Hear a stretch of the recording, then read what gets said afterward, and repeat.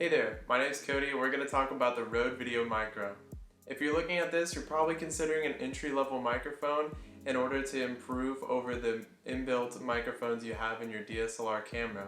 I'll be honest, this is a pretty modest improvement over the inbuilt microphones, but it's pretty much what you're going to be able to find for $60. Right now we're listening to the RODE VideoMicro. Let's get a clip of the inbuilt microphones to see how they sound. Now we're using the inbuilt microphones on the Nikon D5500.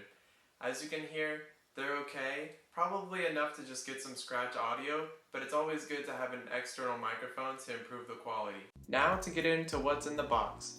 Inside the box you're going to get a wind muff, the microphone itself, a TRS connection cable, a Rode, if I'm pronouncing that correctly, shock mount for the microphone to stay in, and then some paperwork as well as some silica gel. The packaging isn't anything too impressive, but it is a $60 microphone, so that's pretty much what we're gonna get.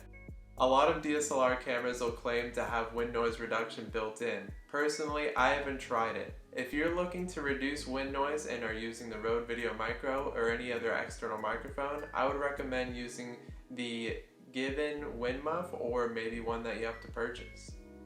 If you're purchasing this microphone, you might be new to recording videos or audio. One thing to keep in mind is that there are differences between TRS and TRRS. Basically, they're the little bands that you see on the end of the cable, and for the cameras that you use, DSLR or otherwise, they'll probably take the one with two, and then for anything else like a smartphone, we'll probably use TRRS, which is the one with three. I'll try to include a picture here. Another thing that's good about this microphone is it doesn't need any kind of battery. It's going to use what's called phantom power, which is using the battery in your camera. One of the drawbacks of this is that your camera might die more quickly, but you'll never have to worry about your microphone dying while you're recording. Unless of course your camera dies.